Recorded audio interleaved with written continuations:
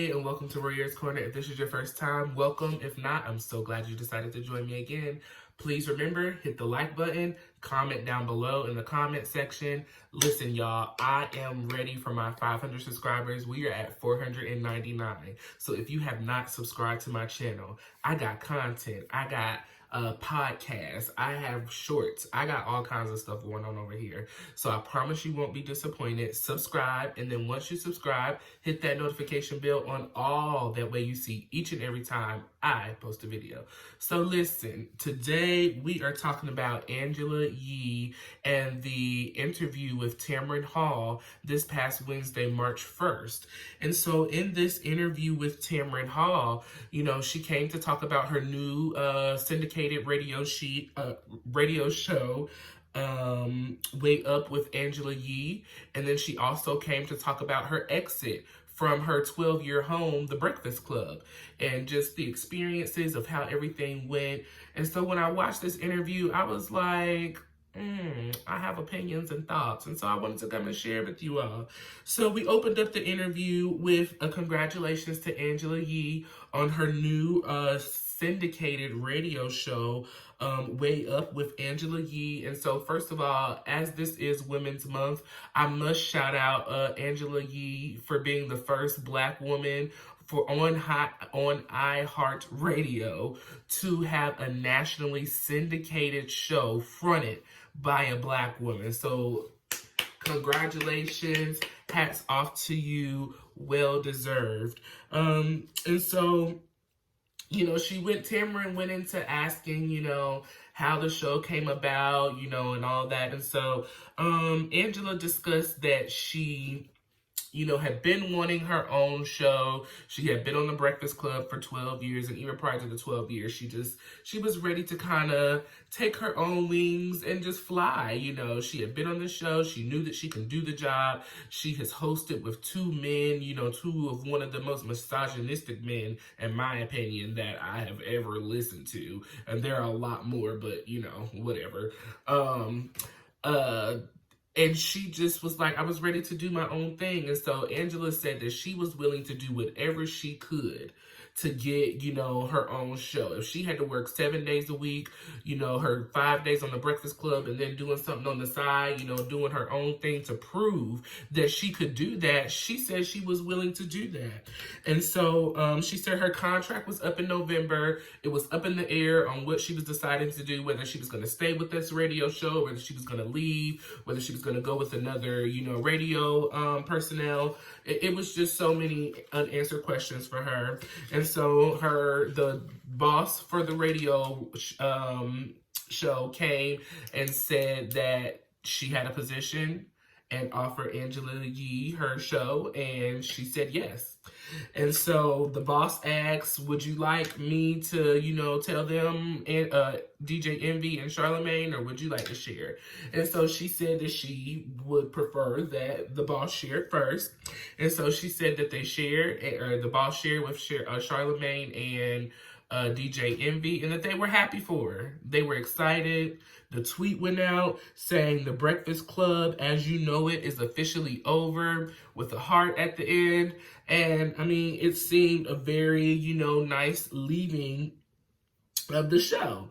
And so Angela Yee said that she was not worried about them knowing, because she felt supported by her co-stars. You know, she felt that they supported her, she supported them, and that she knew that they would be proud of her elevation into this next project of hers. And so she even stated that they were happy for her, okay? So then we move on into the interview where Tamron talks about, you know, one of the things that Angela Yee said is that she was the only woman on the show for 12 years. And so, you know, Tamron kind of wanted to jump back to that and, you know, ask, you know, how did she feel being the only woman on the show? You know, was it hard? And so she addressed those things. I would suggest going to watch this interview. It was really, really good. And I'll post the link down in the description box. But one of the big things that she discussed was, you know, with Angela Yee being the only woman on the show, and there were a lot of instances where Charlemagne the God and DJ Envy made some very inappropriate comments towards women, such as Little Mama, Monique, Azealia Banks, and Tamron asked Angela Yee about these specific individuals. And so first of all, Angela opened up with she wasn't even there for Azealia Banks, so she didn't understand what was going on with that. But she felt that, she was the only woman in the room, and it was hard to I guess fight on your own, I guess. That's how I took it. That's just how I took it. It was hard to fight and get her point across for certain things. When she said that, I just felt like, no. I couldn't ride with that. Because I feel like no matter who's in the room, in my opinion, I'm not going to let anybody take what I feel and diminish it or make it not known or like it's not an issue. And I don't feel like, from what I watched in these specific interviews, excluding Azealia Banks, I don't feel like she ever stepped up and really fended for the women the way I feel that she should have, and that the way I wanted her to. Because I feel like we are our brothers and sisters' keeper. And so if we allow something to slide and go, we are just as guilty as the individual that's doing it. And so I couldn't get with her answer with that. She felt, it was very hard working with the men, like I said. And she specifically stated that she was the only woman in the room regarding producers and sounds and actual, co-workers, She was the only only woman in the room, outside of that. And that to me was just like very strange, being in the most recent years especially, with women really stepping up and being present and making it inclusive. And maybe that's just because it's the entertainment industry. I don't know what it's really like in that sector, but it just was like, okay. And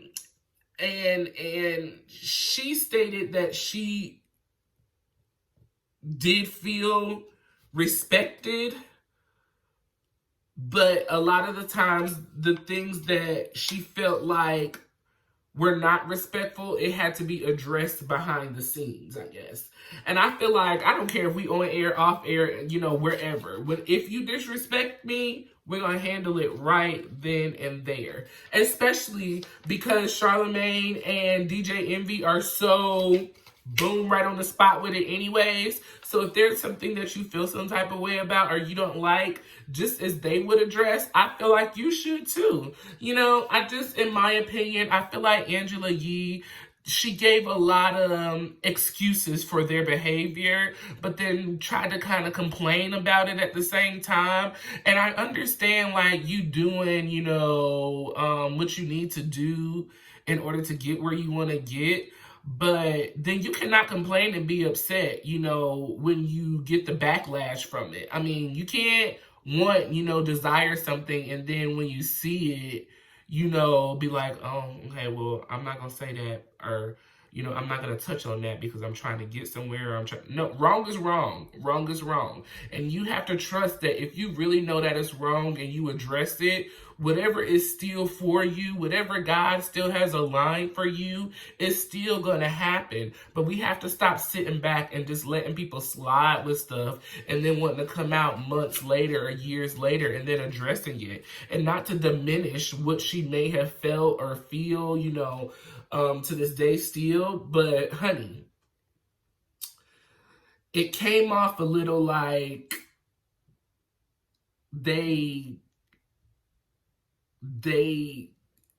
I don't know I can't even describe it because it was just very weird to me. I was just like,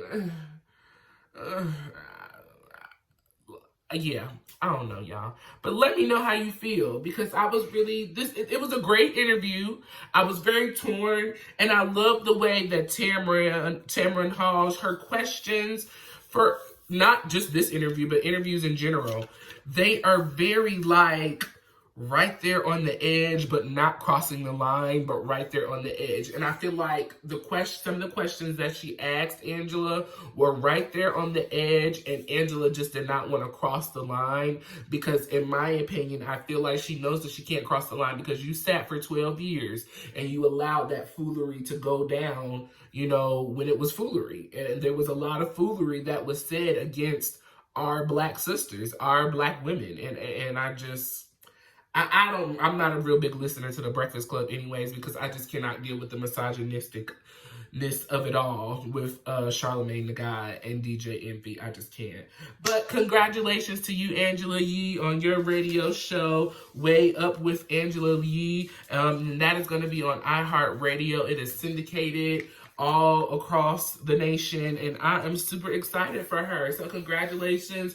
Happy Women's Month to all the women. Please remember, hit the like button, comment down below. How did you like the interview with Tamron Hall? Did you feel that Angela Yee had valid points? Do you think that it's too late for her to try to complain, to feel like she was the only woman in the room? Where was her request for more women to be in the presence of the work area? Like, there are so many thoughts and things that I had in my mind, you know, when I was watching this interview. I was like, wow. But subscribe to my channel. We are at 499 subscribers. We're trying to get to 500. So hit that subscribe button, and then once you hit it, hit that notification bell on all. That way you see each and every time I post a video. Thank you for joining me in Maria's Corner today, and I'll see you next time.